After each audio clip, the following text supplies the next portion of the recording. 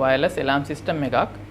මේකෙන් කරන්නේ සාමාන්‍යයෙන් අපේ ගෙවල් වලට මේ එලාම් සිස්ටම් එක හයි කරලා සොර සතුරන්ගෙන් සහ ගින්නෙන් ඒ ගෙවල් සහ අපේ ජීවිත බේරගන්න එක. මේක ලෝකේ තියෙන සාමාන්‍ය වයර්ලස් එලාම් සිස්ටම් එකට වඩා මම වැඩි දියුණු කරලා තියෙනවා. මේ වැඩි දියුණු කරපු දේවල් අතර ප්‍රධාන දෙයක් තමයි මෙන්න මේ ගිනි සෙන්සර් එක.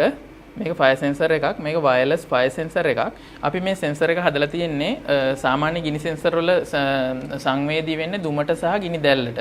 මේ සෙන්සර් එතකොට අපි ගෙදරකට හයි කරන සාමාන්‍ය එලාම් සිස්ටම් එකක ෆයර් එලාම් එකක් යොදා ගන්නවා නම් උයන වෙලාවට සහ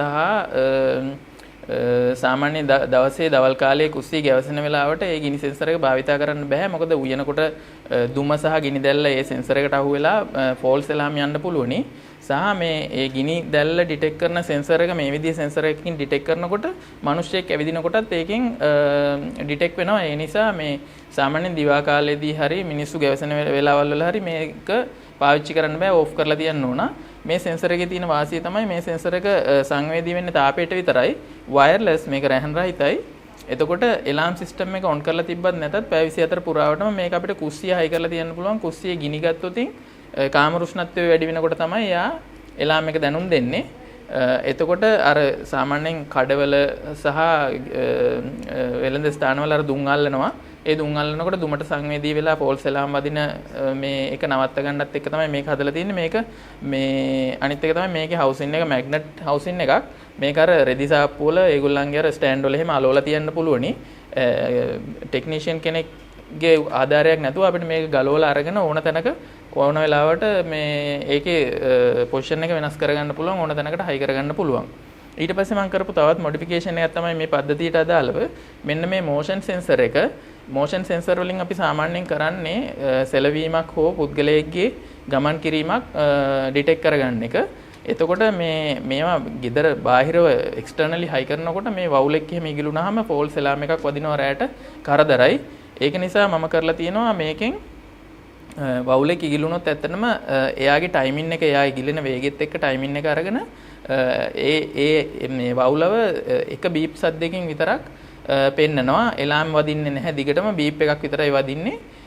සහ ඒක තප්පර 9ක් ඇතුළත 3 පාරක් සිද්ධ වුණොත් එතකොට අපි අනුමාන කරනවා මේ වවුලෙක් නෙමෙයි මේ පුද්ගලයෙක් ගමන් කරනවා කියලා.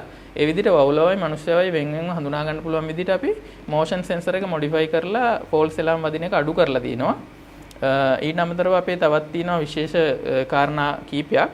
මේ දොරවල් වලට හයි කරන සංවේදකය, මේ දොර ජනෙල් වලට හයි කරන සංවේදක මේ උපකරණයට ඇතුළත් කරන්න පුළුවන් ලිමිට් එකක් නැතුව අන්ලිමිටඩ් සෙන්සර් කැපැසිටි එකක් තියෙනවා මගේ මේ උපකරණයට. එතකොට අපි සාමාන්‍යයෙන් නැවකට හරි විශාල හෝටලයකට හරි කාමර 500ක් 600ක් තිබුණත් අපිට පුළුවන් මේ එක උපකරණයකින් සියලුම මේ ප්‍රදේශය ආවරණය කරගන්න.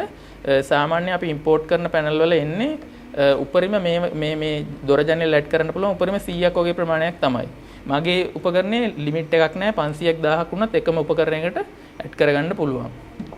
ඊට පස්සේ මේ උපකරණයට මම විශේෂ තවත් දෙයක් දීලා තිනවා. අපි ලංකාවේ ඇත්තටම අකුණු ගහනවා, අකුණු සැර වදිනවා සහ මේ වෝල්ටේජ් හයි වෝල්ටේජ් එහෙම නිතරම ලෝ වෝල්ටේජ් හයි වෝල්ටේජ් කරන්ට් එක ඉහළ පහළ යනවා. ඒකට ඔරොත්තු දෙන විදිහට මම මේ උපකරණයේ සර්කිට් 6කින් නිර්මාණය කරලා තිනවා. ඒ වාසි ටික මේ පැනල් එකේ තියෙනවා. ඊට අමතරව මේ පැනල් එක අපිට අපගේ අවශ්‍යතාවය අනුව වෙනස් කරගන්න පුළුවන් ඕන විදිහට. ඒ කියන්නේ මේකෙන් අපිට සෙන්ස් කරන්න පුළුවන් රූම් ටෙම්පරේචර් එක හරි උදාහරණයක් විදිහට UPS රූම් එකකට UPS හයි කරලා තියෙන රූම් එකක මේක හයි කරොතින් අපිට බලා ගන්න පුළුවන් කරන්ට් එක ගිහිල්ලා පැය කීයක් ගත වුණාද, ඒ රූම් ටෙම්පරේචර් එක දැන් කීයද, ඒ රූම් එකේ දොර ඇරිලා තියෙනවද, ඒ වගේ දේවල් මොනිටර් කරන්න පුළුවන්. මේකෙන් SMS පණිවිඩයක් මගින් අපිට එවනවා ඒ විස්තර සියල්ලම. ඒ වගේ දේවල් වලට අපි මේක පාවිච්චි කරනවා.